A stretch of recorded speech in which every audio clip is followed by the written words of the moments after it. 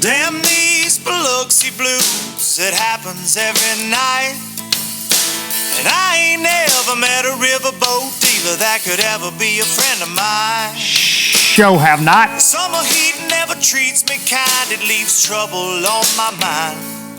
So I'm bidding farewell, putting in my notice, and I'll see you at another time. This highway does not know my name, and I don't care. No, I don't care. Heading my way for another place, and I got 3 good tires and a spare. Just a white line gypsy getting out of Mississippi with just enough gas to get there. Low budget live. Not so live. Look, I'm like a DJ, but I'm not. It's different. What's up, everybody? You bunch of low life and son of a guns, coming to you from the Low Budget Live Bar and Grill here in lovely southern Middle Tennessee, and I'm going stir crazy, and I'm ready to be out of this house, and I'm ready for the world to get back to whatever normal it is that we're headed into, and I'm sick of this crap. Going crazy. Hope all y'all are well out there, you low lifers, and man alive. I don't know what it was about this week, and I'll try to keep it brief on the non-fishing talk, guys. Got a lot of comments last week. Don't fishing. Don't talk about stuff it's not fishing. We don't like it. Got a couple comments like that last week. And I'm just like, you know what? I share everything with y'all. But I'm going crazy. Like this week was the week. It was like a month in. And it apparently is that way for the entire, I won't say the entire country, but a lot of people in the country, like with the protests and all this craziness going on. Everybody's like, you know what? Let's start asking some questions. Let's get out in the streets. Everybody's tired. Everybody's tired of being cooped up, I think. And holy buckets, am I ever fished the last couple days. That was good. That was good for my mental health. But we had some crappy weather this week, so I didn't get to fish a ton this week. But man, it's like I think Monday I woke up and was just like, you know what? Screw this. I'm over it. But still, it's still going strong. It's still going crazy. Old Corona craziness. This Corona craziness is indeed infecting all of our brains a little bit, I think. Some really cool stuff coming out of it, though. People being creative on social media.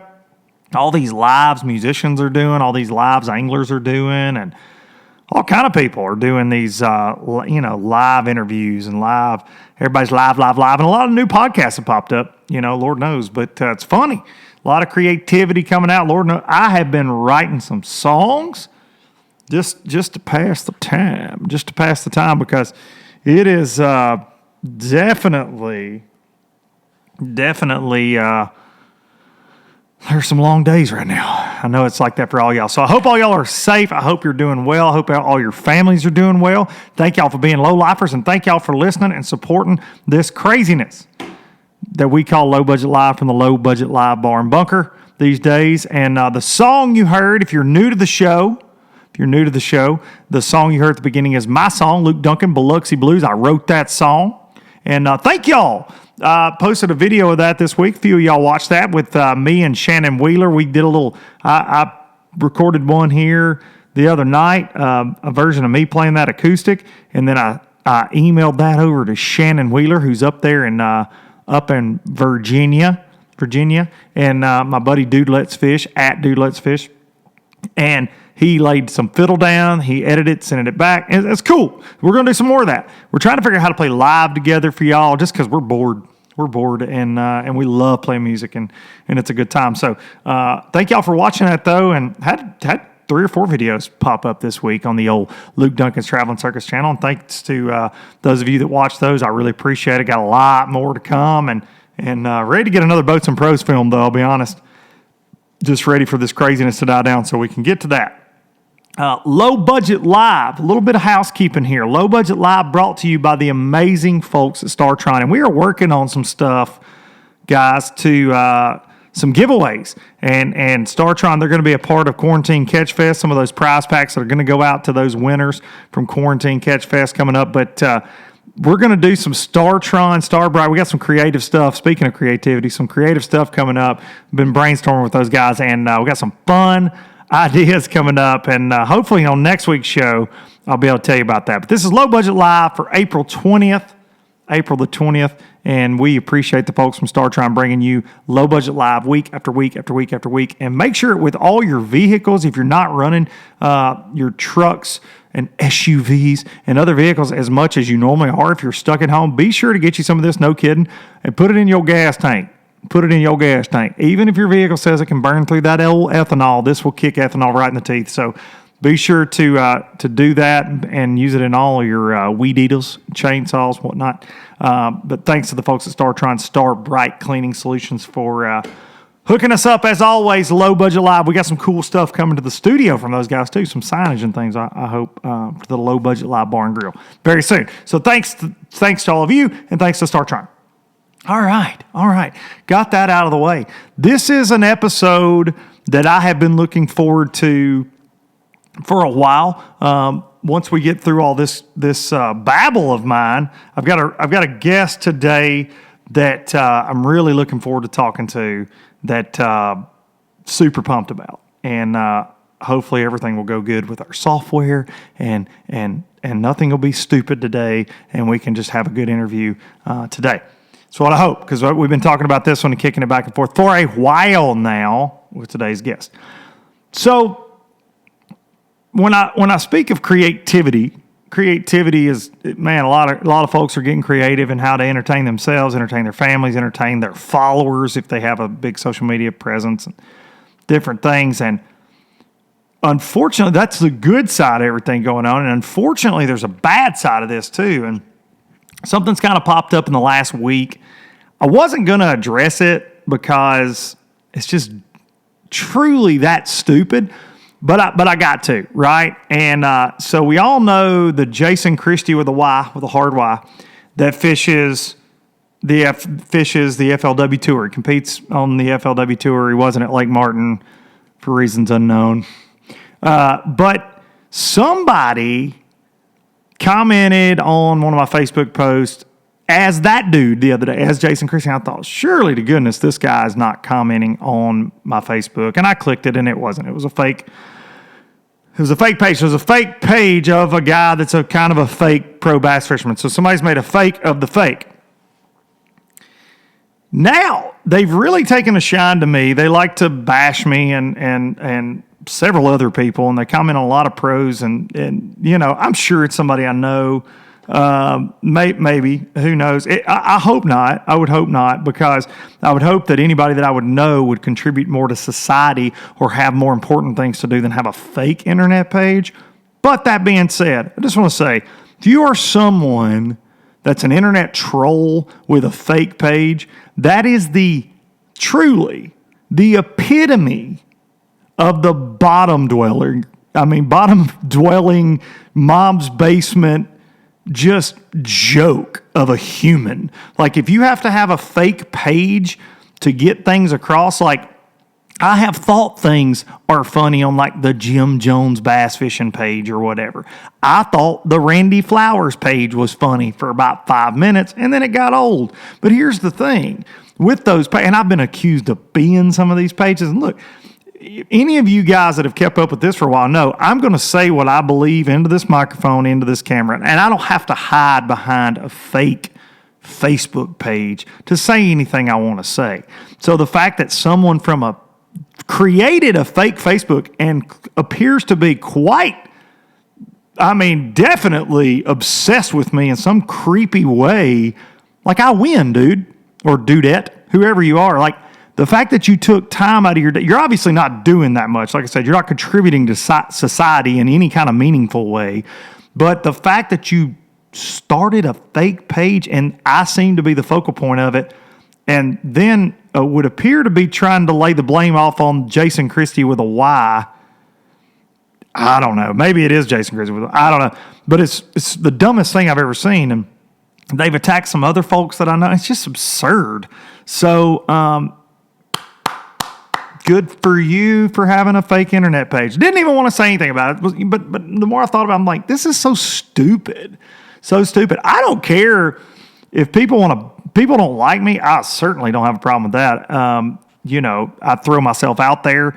I throw my opinions out there. I throw my music out there. I throw my fishing out there. I am putting myself out there to be judged. So if you don't like what I do or like what I say, then okay. It's free content. Move on to the next thing, right?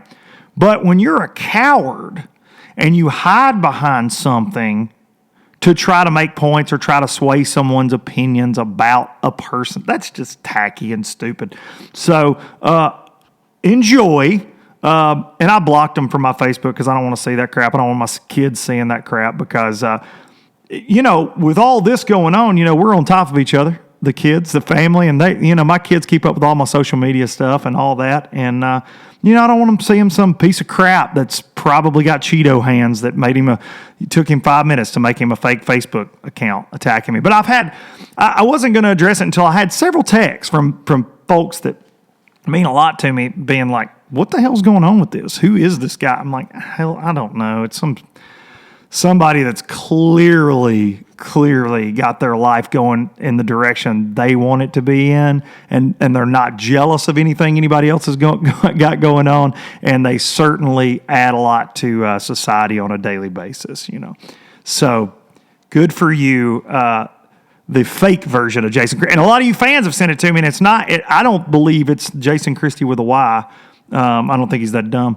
But it's just bizarre. And there were a few little back and forth comments, and I was like, you know what? And now it's just like full court press on some things about me. And from the music I play to my fishing career, oh, no, I didn't catch them like a fake Facebook page wanted me to. So stupid, dude. So stupid. So that's the bottom of the barrel of the internet. The internet has some amazing people in it. Like most of you, some amazing characters. A lot of things come out of it. It has provided a lot for me in my life, a lot of platforms and things. But there's this dark corner of it where you can have a profile and you don't have to attach anything to your real name because you're scared. You little scared boy in your mama's basement. Like, that's the bad part of it. And then you can say what you want about people or incite hate or different things, and then nothing happens. And that's where I got with, like, the Randy Flowers page. It was funny. But, like, this guy's also doing the Randy Flowers shtick where he, like, misspells words. You're not original in any way. The Randy Flowers stuff was kind of funny in the beginning with the misspelled words and all that, but then it just got played out and stupid. For sure, 1,000%. And this is the same way. And I don't want to be associated with any fake internet page. Like, say what you say or you mean to say with your face associated with it and stand by it. But anyways, spent way too much time on that. Way too much time on that. But I'm sure y'all will comment below and agree that fake internet pages are pretty much the dumbest thing in the history of the world.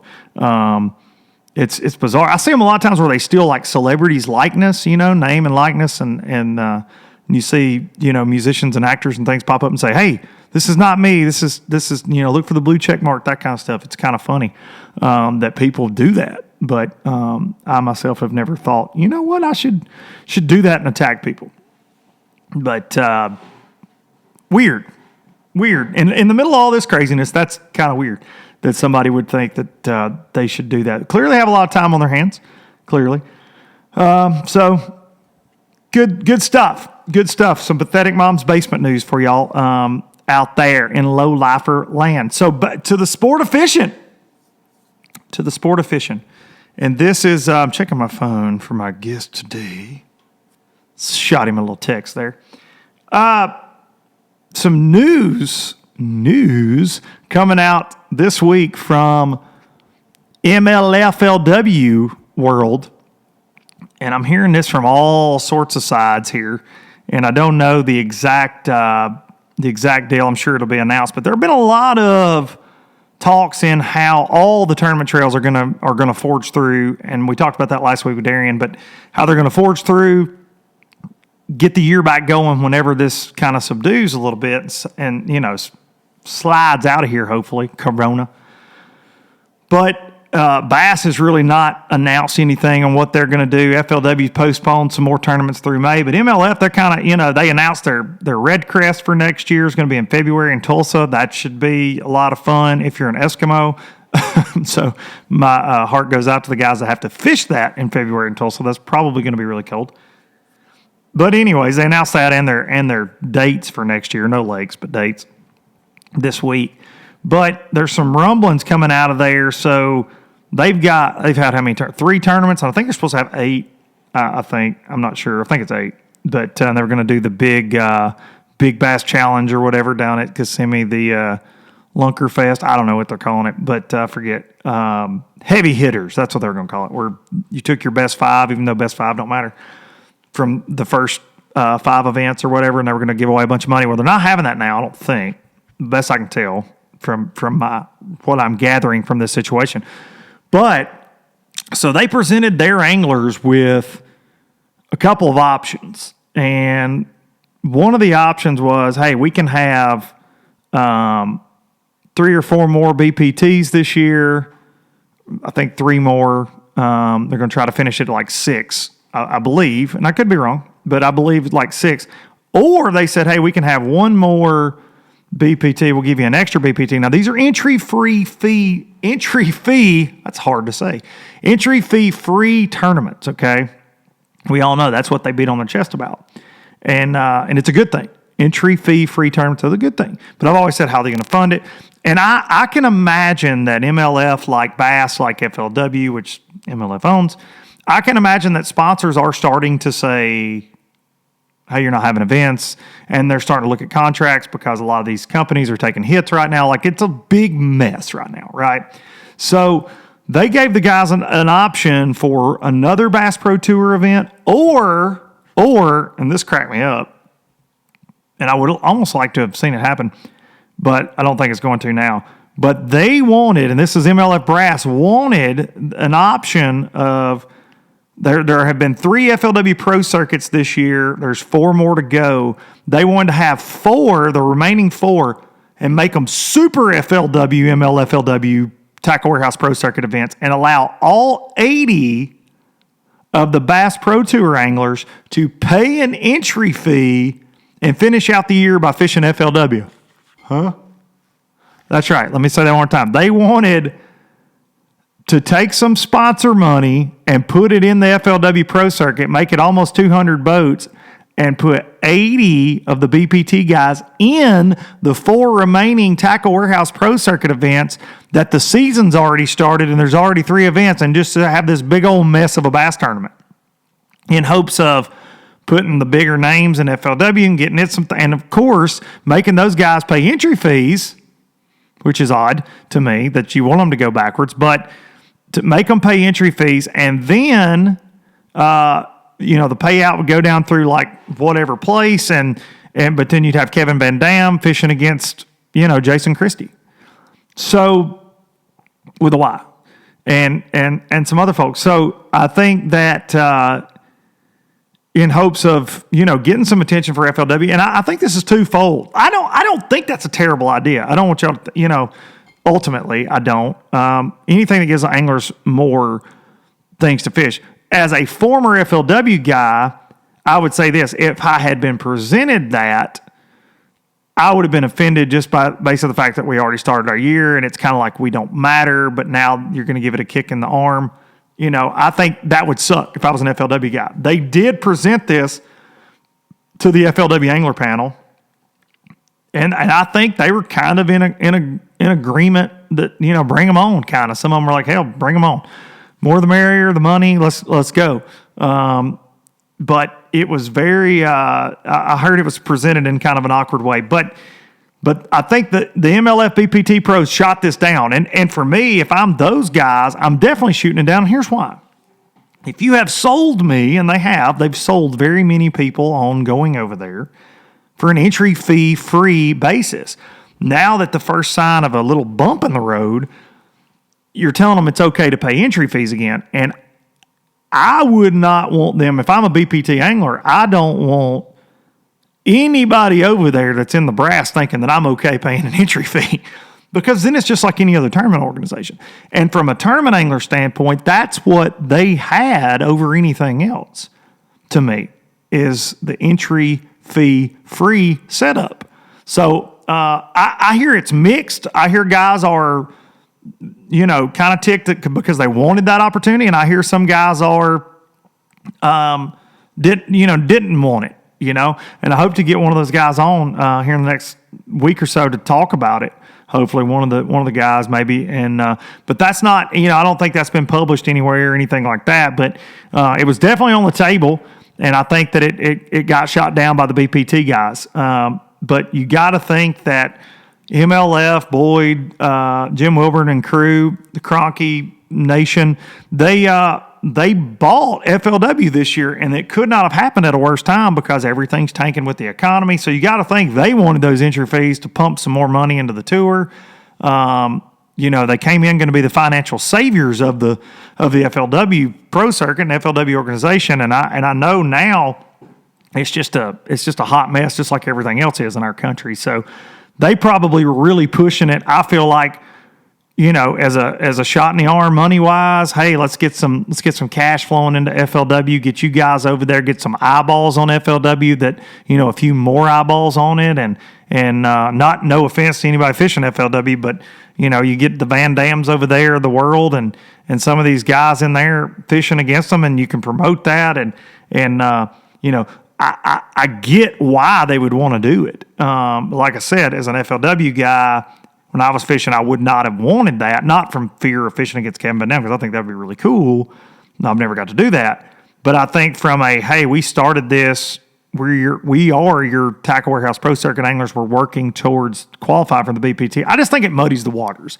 So that was a weird one.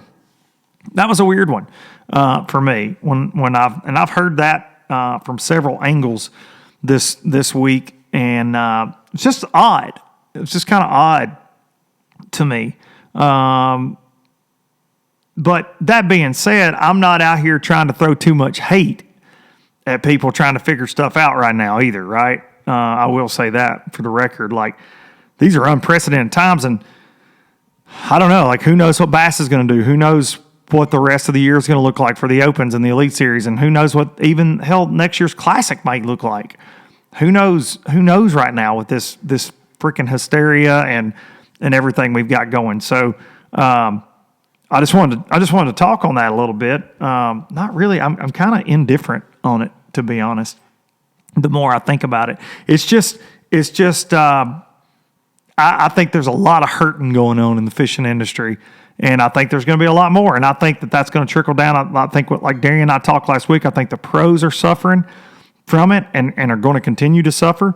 And I think that the tournament organizations are certainly looking at taking some major sponsorship hits, because that is the first thing that gets cut out when times get tough, economic crunch of any kind. Marketing budgets do get whittled down, and I think that's a real distinct possibility that you could see that. I really do. Let's see. So y'all comment below if you're on YouTube, and let me know what you think about that situation right there. I think that it's certainly unique, to say the least, and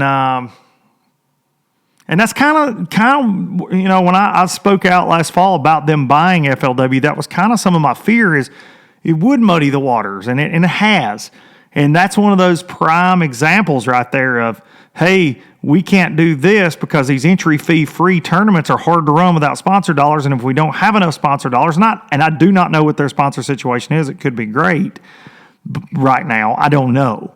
I'm speaking completely out of my rear end on that. But that being said, hey, let's not have another one of those, and y'all pay for some tournaments, and let's go, inject some money into FLW. It was just a bizarre situation. Bizarre situation from MLF and FLW. And, yeah, I don't want them jokers thinking that I'm okay to pay an entry fee at all, in the least. So my guest today, we're going to call him here in a couple minutes. I wanted to preface this because I spoke earlier this year about having him on, and I got some good feedback and I got some negative feedback, and it's very interesting. And the reason I say that is this guy and the group he represents, it's kind of split down the middle. Obviously, they have a mountain of fans, and they can be controversial, and they can be well received, and they can also be outspoken, and they are very much well loved and well defended amongst the internet. And it is my guest today is a founding member of the legendary YouTube Googan Squad at this point. He's one of the founding members. He has 1.6 million. 1.6. Hang on. 1.6 million subscribers. 1.6 million people listen to what he says. Huh? Yeah. 1.6 million subs on YouTube, and it is Mr. Rob Terkla of LunkersTV. We're going to get Rob on here. I just can't wrap my head around having that many people. That scares me, honestly. We're going to get into that with him, but Rob reached out to me back this fall, and he said, he shot me a message on Instagram. I talked about it on here, but he's like, hey, man, Rob is also a military man. Thank you for your service, Rob. But Rob is, we'll get Rob to talk about some of that, but Rob is a guy, like I'm old, and I think Rob and I are close to the same age, so Rob, you're old.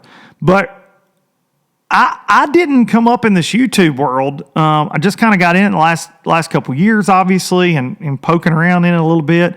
And I obviously know a lot about the Googan guys, enough, right? But I don't know them. I don't know them personally. Spoke to him and I've seen him a few times. We've gone back and forth online. But Rob reached out to me back this fall and said, hey, man, I just came across your podcast and I like what you're doing and you're outspoken. And he was telling me like Low Budget Live, the episode he had seen. And I really appreciated that. And he and I got to going back and forth. I'm like, hey, man, I'd like to have you on sometime. And it has not worked out until today. But right now, ladies and gentlemen, we are going to get Robert on here from Lunkers TV right now. Hello. Robert, what's up? Well, how are you doing? Man, I'm doing pretty good. Dude, I just gave you the best intro you're ever going to get. I mean, I don't even know. You should never do another podcast. I mean, ever again after the intro you just got. No, I talked a little bit about right before I called you how you reached out this fall and you and I were talking, and I was very appreciative of the fact that you were kind and reached out and were like, hell, man, you speak your mind. It's very cool. And I was telling the listeners that I'm 36 years old and I'm just getting into the YouTube stuff, obviously, and you and I talked about that just here in the last couple of years like everybody else is.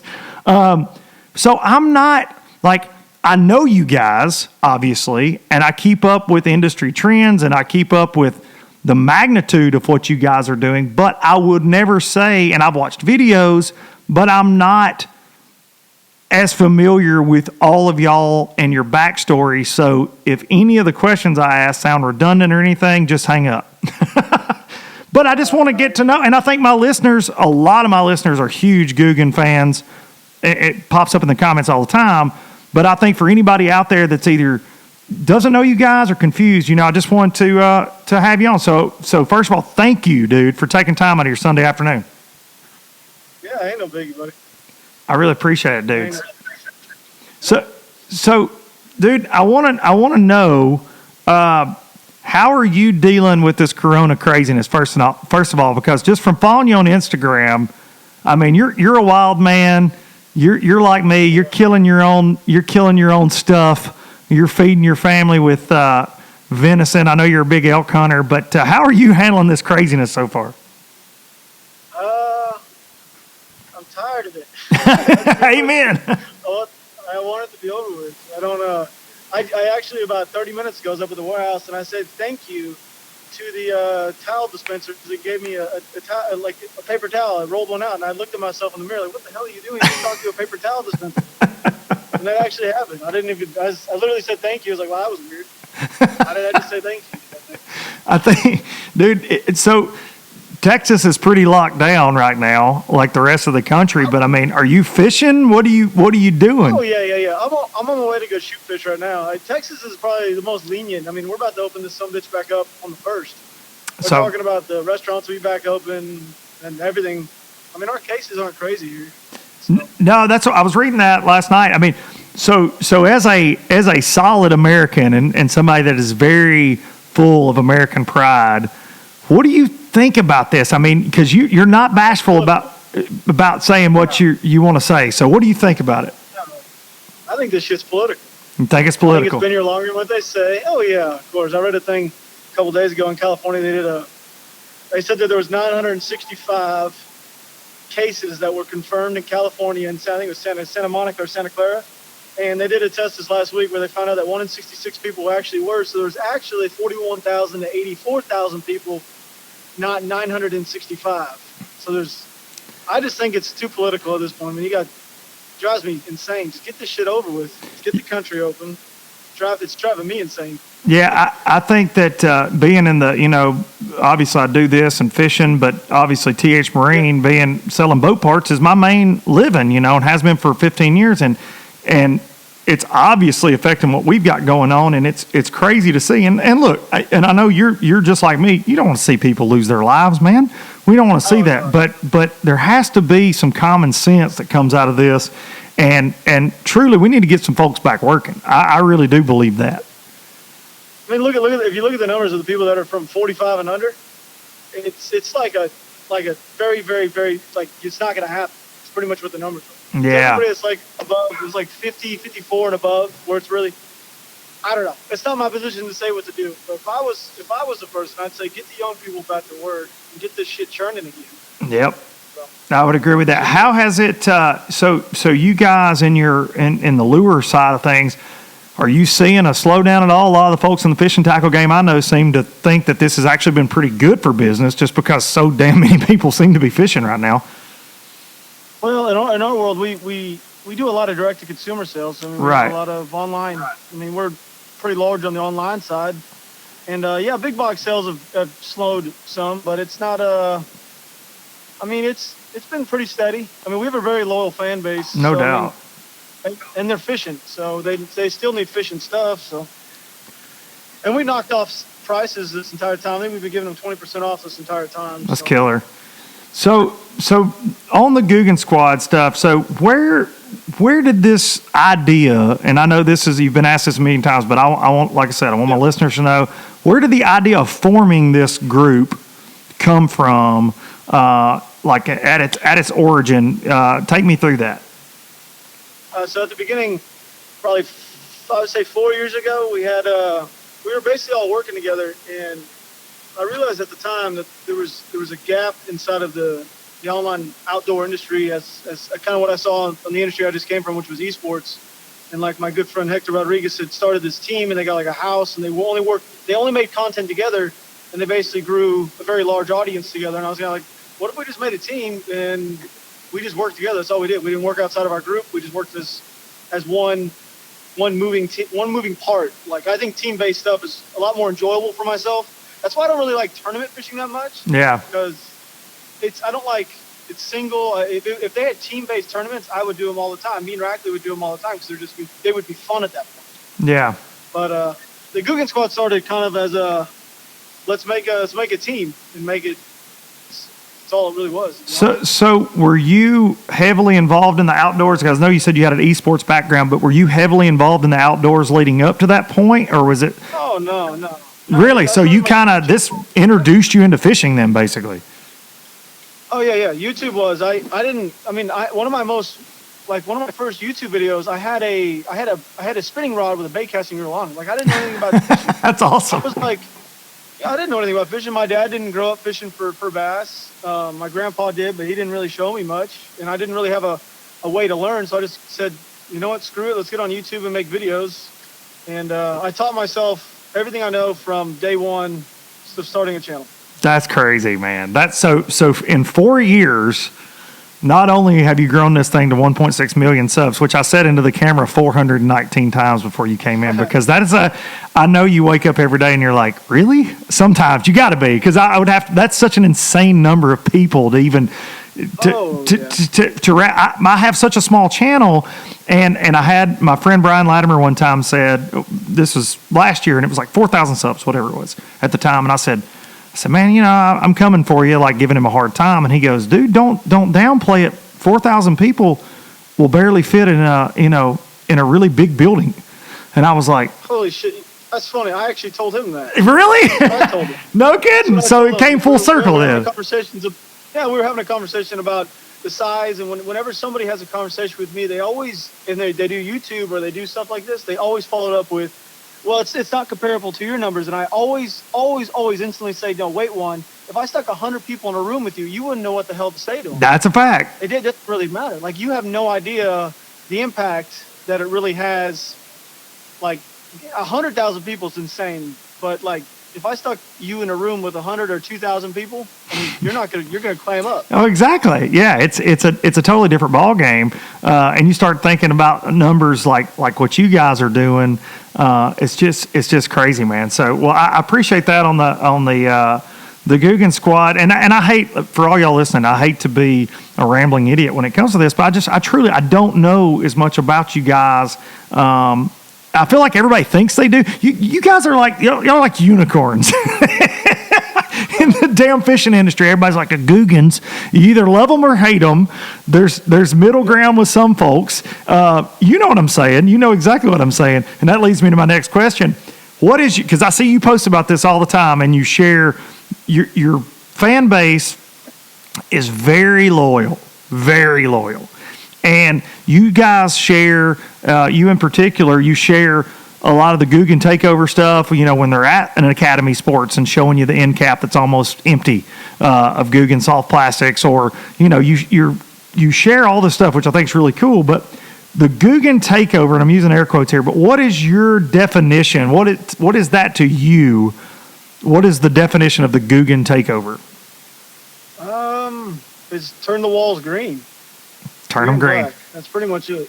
Yeah, turn them green. I want to go down the aisles and see it green. It all really stems from about at the beginning of Googan. Googan really formed because a lot of the companies took us as a joke. Mm-hmm. Like, they thought the social media side was not going to go anywhere. They thought we were a joke, and they only wanted to put money towards pros, and they never wanted to work with us. So we said, you know what, screw it, let's make our own thing. And so turning the walls green is kind of like our way of saying, yes, we're able to do something. Let's take the peg space from them. And that's our thing. And kind of like, and I told you so a little bit, I guess. Yes. And that leads to my next thing is, why do you think the fishing industry rejected the idea of using YouTubers, and I hate that term, but YouTubers or social media influencers? Why 4 years ago do you think that they were so opposed to that versus this? And you and I had a long conversation about this back and forth one day, and you actually said you were surprised at my opinions on this. But why do you think? Because I feel like too much faith has been based on a guy that'll tell you, I'll put a logo on my jersey for $27,000, you know, and there was a time and place for that. But why do you think the fishing industry was so slow to jump on that trend?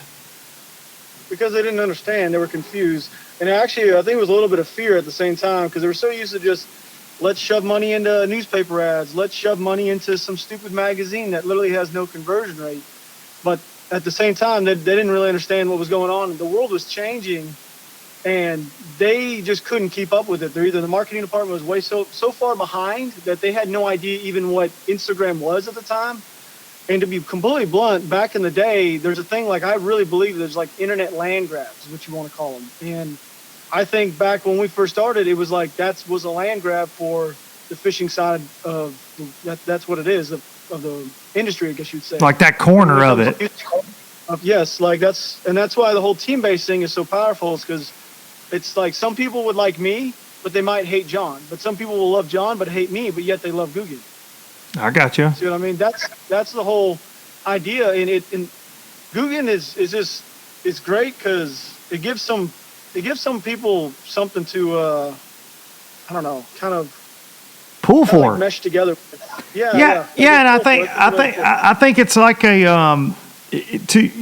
what it did for me, and I've said this in conversations, it has grown the sport, and what you guys have done in the YouTube fishing crowd as a whole, because it took these, whether they're younger or older, but it took these fishermen and it showed them you don't have to be a tournament guy to go have fun and go fishing. You don't. That's not what it's about at its core. Fishing is fun. That's what I try to say on my stuff all the time. Like, fishing is fun at its core. Yes, I'm a tournament fisherman or have been and still am and always will be, but fishing is fun at its core. And I think that's why you were a lot of the reason you guys were successful, and you just didn't, if a bait sucked to you, it sucked. And we haven't had that brutal honesty before, I felt like. Because a lot of people will I've seen it so many times, I'm going to cut you off, but I've seen it so many times where people will get paid their 12 or 15 or 20 grand a year to promote a shit product, and they will continue to promote it, but yet they don't have real actual faith in it. And then next year you'll see them promoting something else, and the next year you'll see them promoting something else. So there's no validity to your actual voice in that sense. Like, you have no validity. Like, I can't trust your word, but when it comes to us, we legitimately make every single one of our things. Like, everything is made ourselves. And so when we make it, we catch fish on it, it's us. It's completely different. Yeah, I think that's the transparency now that has been created through YouTube and through, a lot of live tournament coverage has changed that as well. And I think you would agree. I mean, it's showing. I agree 100%. That's great. Show it. Yeah. Show these son of a guns what they're actually doing. So when they go up and they're like, well, I caught it on this. Well, no, you were actually catching it on something completely different, it brings me to another point. I love having the guys that we have, the pros that we do have on our staff. They're great. Like Wheeler and Connell, and of course Martin. Like, so they're great because they're honest as hell. Like, Wheeler will look at me and be like, I want to be honest with you, buddy, that shit sucks. Yeah, they'll tell you. All right. So, I mean, like, we're coming out with this frog and this other stuff right now, and these things, they don't take 6 months or 8 months. That some bitch has been going for 12 to 16 months just for one soft plastic to go through 20 to 30 different cycles to get it right. So who's involved in the designing of that kind of stuff? Because I saw you make a post this morning that you were actually out throwing it around. You got a video up now about the frog. That's all of us. All of you guys? All of us, man. Every single one of these baits. Like, I'm working on a bait currently right now that's just mine. But like I said, this frog has been worked on by about 4 or 5 different people. We also have had swim baits that have not even made the cut, and they're still not going to make the cut. We've actually nixed it because it wasn't making the proper noise. Like, there's a lot of shit that goes on behind the scenes.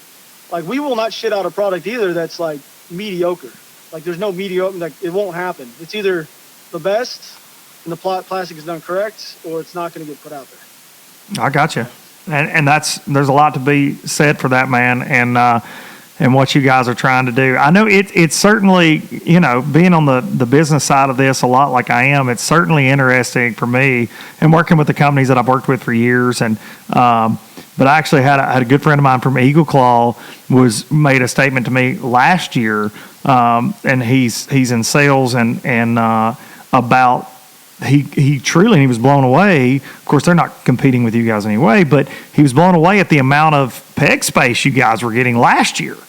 And talking to his buyers at Dick's Sporting Goods and Academy and these things, and he was just like, he was just, his jaw dropped. And it was a very interesting conversation from a guy that's been in this business for 25 years, and basically saying you got to respect it, but he was just, talking about how impressive it is to see what you've done in a short time. Nobody really understands social media marketing. It just goes back to the original question from earlier is what is our goal? Well, it is to take peg space, but it's only really to prove a point. Like, in my eyes, it's so funny. It's like, money is cool and all, but that's only my way to judge if I'm winning or not. I don't really care that much about it. That's how you keep score. That's how I keep score. That's how I tally and keep score. But I like to prove a point to people that really talk, because there's a couple companies 4 years ago that talked absolutely terrible about us, and now it like makes me feel good and smile now that I'm starting to shrink their peg space slowly. That's some Game of Thrones shit right there. the battle for the peg space. Well, it's like, I'm just being honest. It's like I've always been honest, and I've said this before. It's just, it is what it is, No doubt, man. And I think that's why I'm when you and I've gone back and forth, just having our conversations a couple times that we've had, man. I like your opinion because you don't care to share it, and that's always been my problem, and a blessing and a blessing and a curse for me, I guess. Is I like to run my mouth, but I like to, it's I talked about this in the beginning before I called you, and it was like fake internet pages, guys that make fake pages so they can troll people and think, dude, that's like the bottom of the barrel. If you can't say what you want next to your damn face, then don't say it. It drives me nuts, man. Real quick, I know I don't want to keep you too long, but so does it, when you're talking about turning the pegs green and you smile at that, what do you think? Because being a former pro angler on the FLW thing for 4 or 5 years and being around this forever and working with pro staff guys through TH and things, like when you guys burst on the scene and other fishing YouTubers, the YouTube world, pro fishermen were definitely against it. 1,000%. There's never been anything. Does it make you smile when you see guys saying, hey guys, swipe up to my YouTube video? Because they all have channels now. Well, yeah, I know. It all depends on who it is. I'm telling you, there's guys that I feel like I'm good friends with, like Mark Daniels, Latimer, Wheeler, Connell, Martin. Like, I actually talk to those guys kind of on a regular basis. Great guys. I've given them some insight. I'm trying to, like, that handful of guys, I've really tried to help them as much as I can to kind of, like, get the channel going. And because I want to see that side of the industry succeed as well. I have no, like, it's not going to hurt me or anything that we got going on for those guys to succeed. Like, it does not hurt me at all. So I'd like to see that side of the industry actually blossom into something, because TV is going away as much as people don't want to believe it.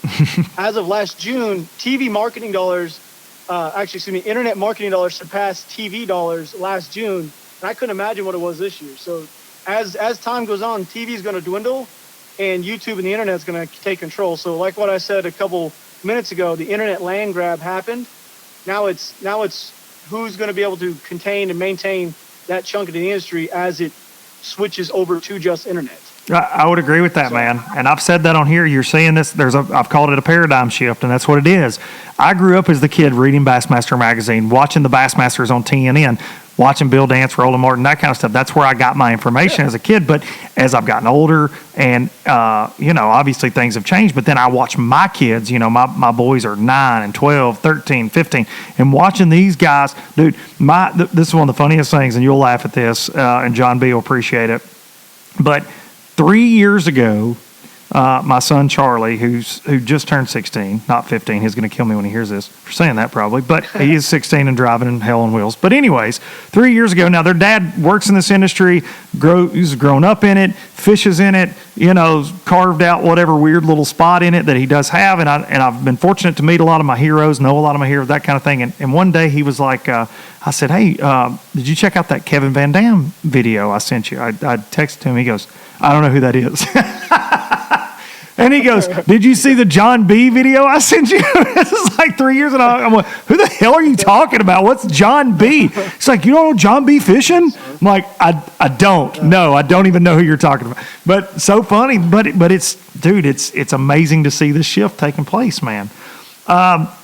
So I think that I know that Flair, from what I've seen on some of the videos, he's goat roping and doing all his craziness. Yeah. So that kind of leads me to this.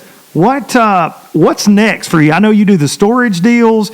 Are you guys looking, not to show too much of your hand or anything like that, but I mean, are you looking to expand more into other areas? Is fishing always going to be the primary focus? I mean, what's next in your eyes for you? This is an easy one to answer. So our goal, we're YouTubers, and we're together, and we have a company together, which is essentially a marketing company. And our job is to get views and enjoy our job at the same time. So we realized over the last couple of years that the fishing side of the world has been very saturated.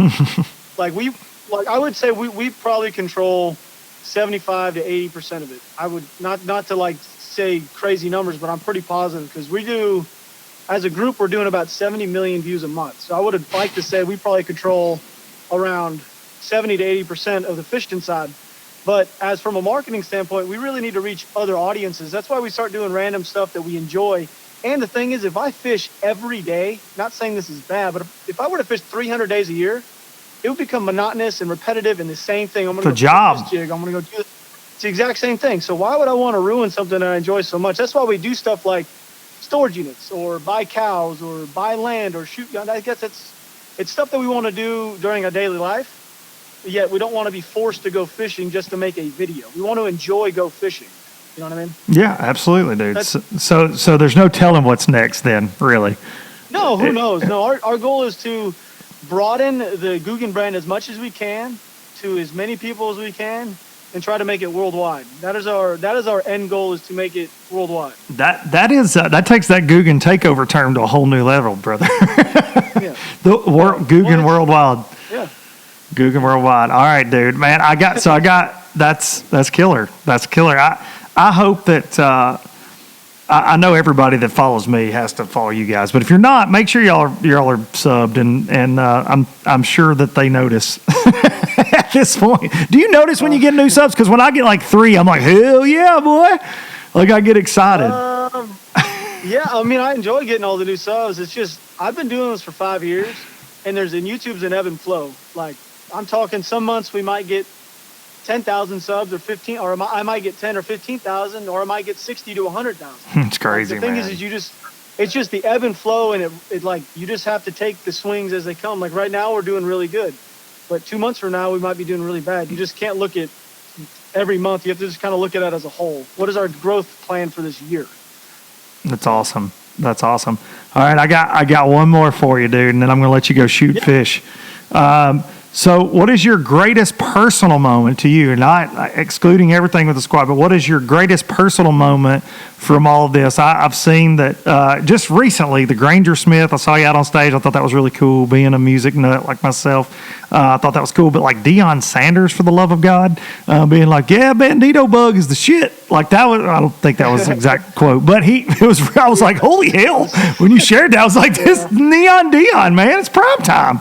Yeah, that was cool. So for you, what's your personal moment? To be blunt, not to sound cheesy, is I couldn't tell you over the last 4 years how many parents have came up to us and say that they've given them an avenue to be able to hang out with their kids that they would never have. Oh, it's cool.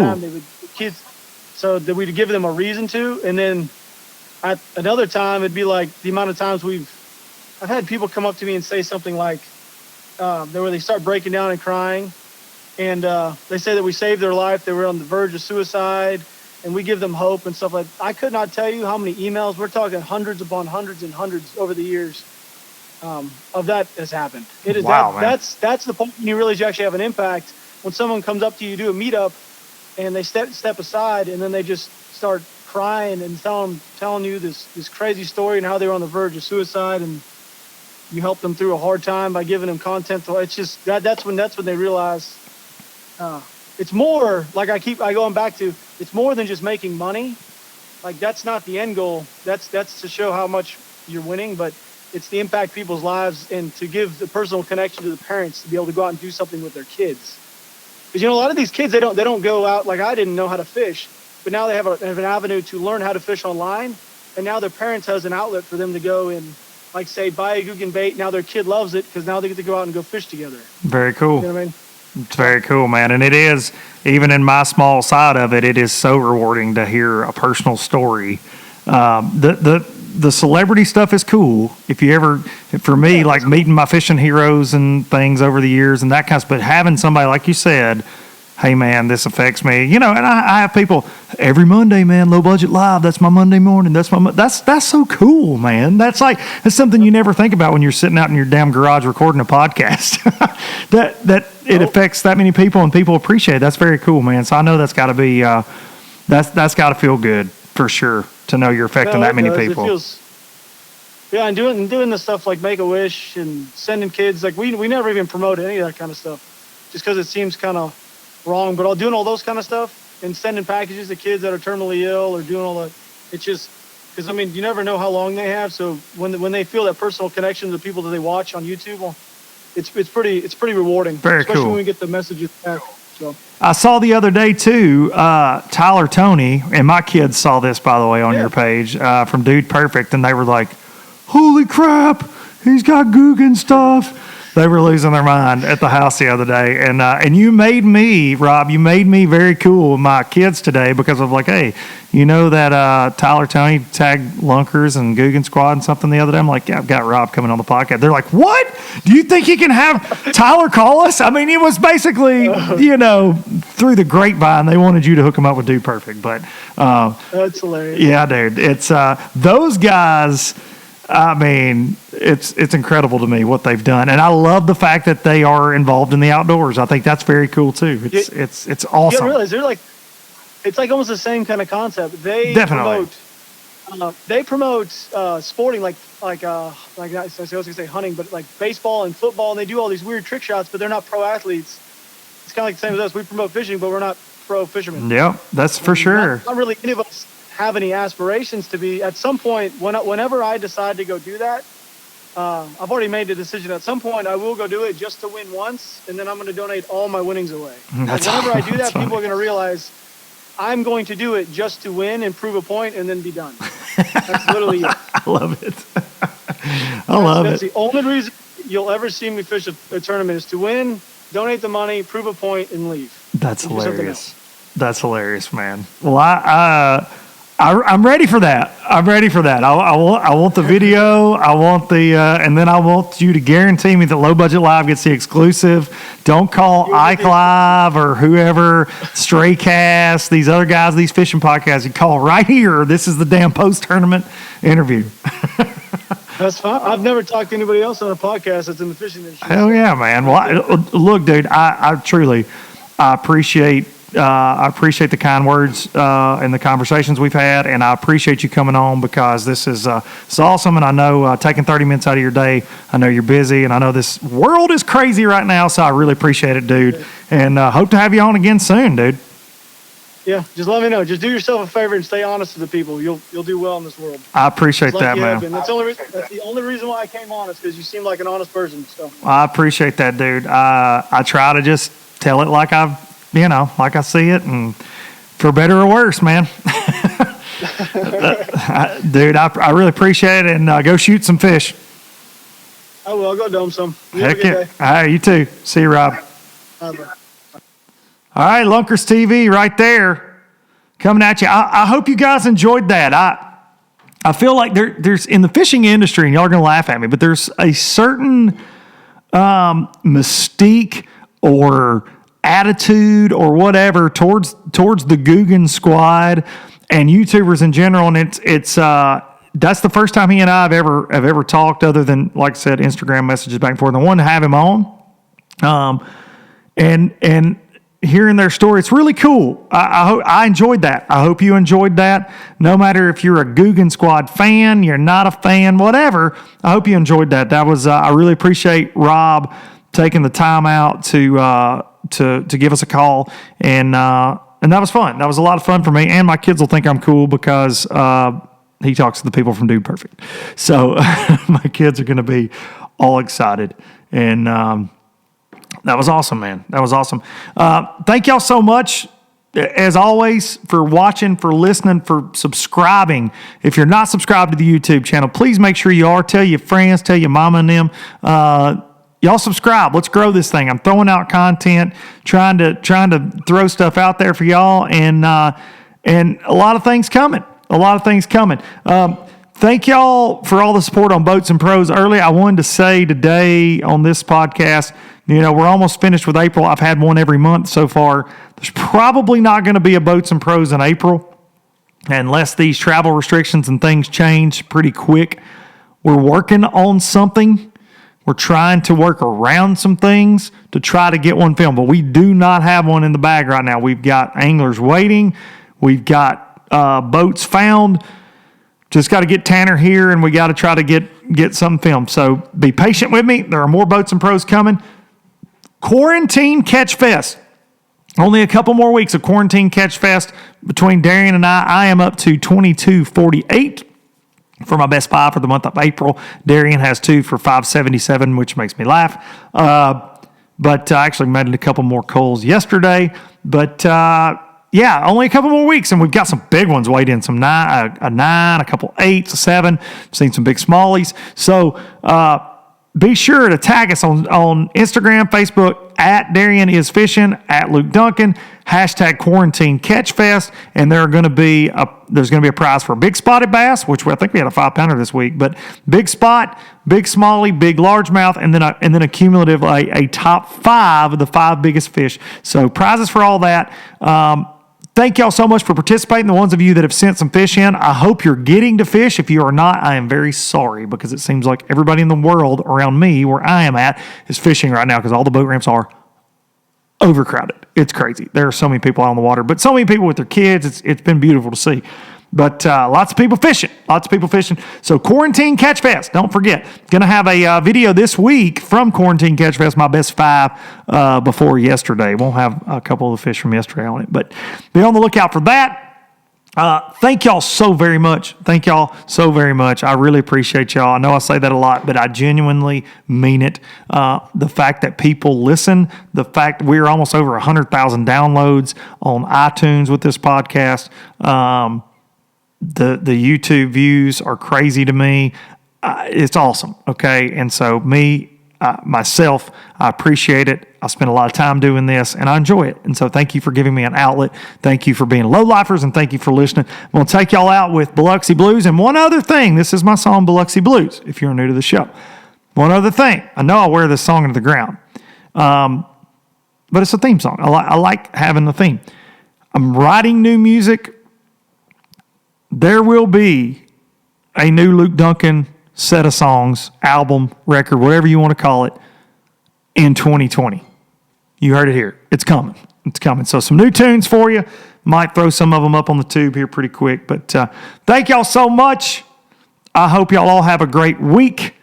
And we might pop up and do a live this week. We'll see. Thank y'all. Hug your mama. Never could make it last. Spanish moss, a Civil War ghost. Well, I'm gonna leave them in the past. Any direction, Lord, I'll be fine. It don't matter east or west, north, south, wherever the wind blows. I'm leaving those burdens at rest. This highway, it does not know my name, and I don't care. No, I don't care. Heading my way for another place, and I got 3 good tires and a spare. Just a white line gypsy getting out of Mississippi with just enough gas to get there.